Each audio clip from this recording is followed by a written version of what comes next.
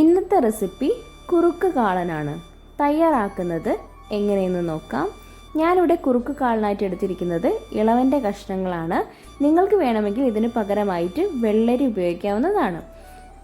അരിഞ്ഞു വച്ചിരിക്കുന്ന ഇളവൻ്റെ കഷ്ണങ്ങളിലേക്ക് ആവശ്യത്തിന് മഞ്ഞൾപ്പൊടി, ഉപ്പ്, വെള്ളം എന്നിവ ചേർത്ത് നന്നായി ഒന്ന് വേവിച്ചെടുക്കാം. ഇനി ഇതിലോട്ടുള്ള തേങ്ങയുടെ അരപ്പ് തയ്യാറാക്കാം.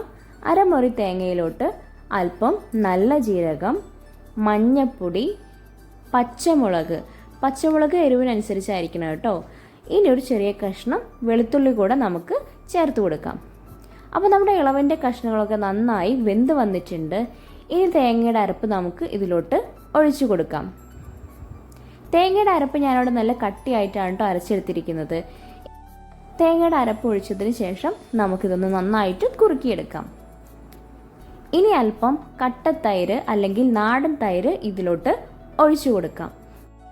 ഞാനിവിടെ എടുത്തിരിക്കുന്നത് നല്ല പുളിയുള്ള നാടൻ തൈരാണ് കേട്ടോ. അതുകൊണ്ട് കുറച്ച് മാത്രമേ ചേർക്കുന്നുള്ളൂ. തൈര് ഒഴിച്ചതിന് ശേഷം നമുക്ക് ലോ ഫ്ലെയിമിലിട്ടൊന്ന് തിളപ്പിച്ചെടുക്കാം.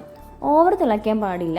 ഇനി നമുക്കിതിലോട്ടുള്ള വറവൊന്ന് തയ്യാറാക്കാം. അതിനായിട്ട് കടുക് പൊട്ടിച്ച് ഉലുവ ചേർത്തതിന് ശേഷം ഉണക്കമുളക് നെടുകെ കീറി അതിലോട്ടിട്ട് നന്നായിട്ടൊന്ന് വറുത്തെടുക്കാം. അല്പം കരിവേപ്പില കൂടെ ചേർത്തിട്ട് നമ്മൾ തയ്യാറാക്കി വെച്ചിരിക്കുന്ന കുറുക്ക് കാളൻ്റെ മുകളിലോട്ട് ഒഴിച്ചു കൊടുക്കാം. അപ്പോൾ നമ്മുടെ കുറുക്ക് കാളൻ ഇവിടെ തയ്യാറായിട്ടുണ്ട്.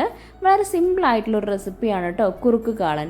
അപ്പോൾ നമ്മുടെ വീഡിയോ ഇഷ്ടപ്പെട്ടിട്ടുണ്ടെങ്കിൽ ലൈക്ക് ചെയ്യുക, സബ്സ്ക്രൈബ് ചെയ്യുക. താങ്ക്